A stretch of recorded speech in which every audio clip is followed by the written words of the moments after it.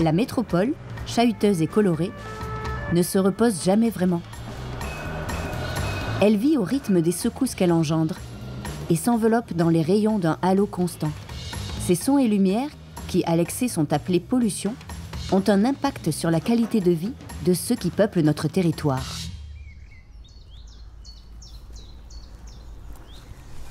Alors là, par exemple, on est dans un secteur qui est particulièrement calme.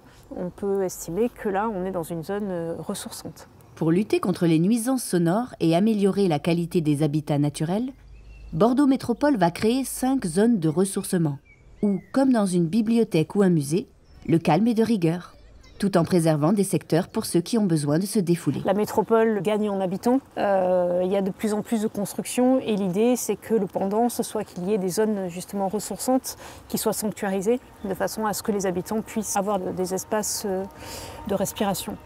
Le soleil se couche et le bruit diminue. Les oiseaux perturbés par les nuisances sonores se remettent à chanter. Mais une autre menace arrive. C'est la pollution lumineuse qui impacte 80% des milieux naturels de la métropole. Alors elle impacte, cette pollution lumineuse, beaucoup les oiseaux qui perdent un peu leur repère jour-nuit. Ils ne savent plus si le soleil est couché ou s'il est en train de se lever.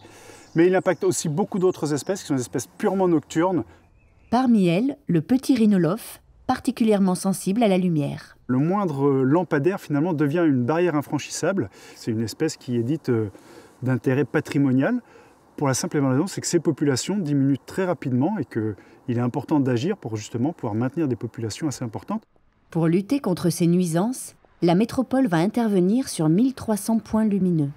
On a plusieurs solutions. On peut déjà modifier les ampoules. Si on va plutôt vers le blanc ou vers le orangé va avoir moins d'impact. On peut également changer le luminaire en lui-même pour éviter qu'il envoie de la lumière partout autour de lui et qu'il éclaire simplement là où on veut marcher. Et on peut aussi utiliser des nouvelles technologies pour installer des luminaires à détection de présence, par exemple, ou de l'éclairage à la demande.